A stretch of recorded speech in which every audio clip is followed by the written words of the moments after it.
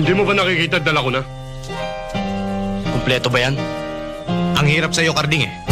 Kaya ka nawawalan ng kaibigan. Hindi ka marunong magtiwala sa kapwa mo. Hindi ako nanghihinayang mawalan ng kaibigan may mga sungay at buntot.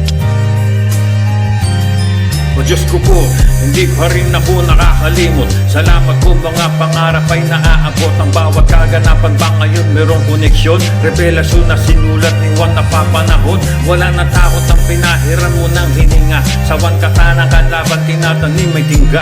Maraming nais kang makita, ngunit ang hirap dito. Dumadaing kami, pabalikin mo na si Kristo. Nag-iisa ang buhay, ngunit bawal masarap. Paano yun, baka hindi ka na namin makaharap. Alam ko, walang perfecto, lahat marupok. Kahit ang mga madre na namumundok ay sinusubok mong sa bagay. Kanya-kanyang damdamin, kanya-kanyang isipan, kanya-kanyang tahakin. Takot ako sa'yo, huwag kang mangalabit dahil takot din ako masiraan ng bait. Umaapaw na sa masasamang taong mundo.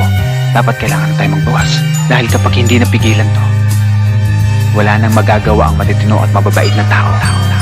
O Diyos ko, nilayo mo kung sa gumagamit sa akin. Ikaw ang gumamit sa akin, o Diyos ko, ama namin. Ako'y banal na aso, santong kabayo. Kaya tumigil sa pagkalat ng ebanghelyo. Sumapi ka, gamitin mo aking talento. Pero linisin mo muna ang aking templo.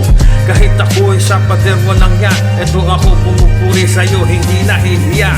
Ikaw ang lumikha ng langit at lupa, kaya lang gamblang para sa'yo ang itim na kupa. Patawad, alam na namin ang ginagawa, pero pera kasi ang kailangan para kuminhawa. Ayan ang mga kakosa pumaparehas, ay sa ganon din na bumalik pa doon sa rehas. Unawain mo ang mga gipit na nagbabago, dahil mahirap dito sa batas ng tao. Ako lang ang may karapatang maningil. Para silang mga Diyos na dapat mong luhuran.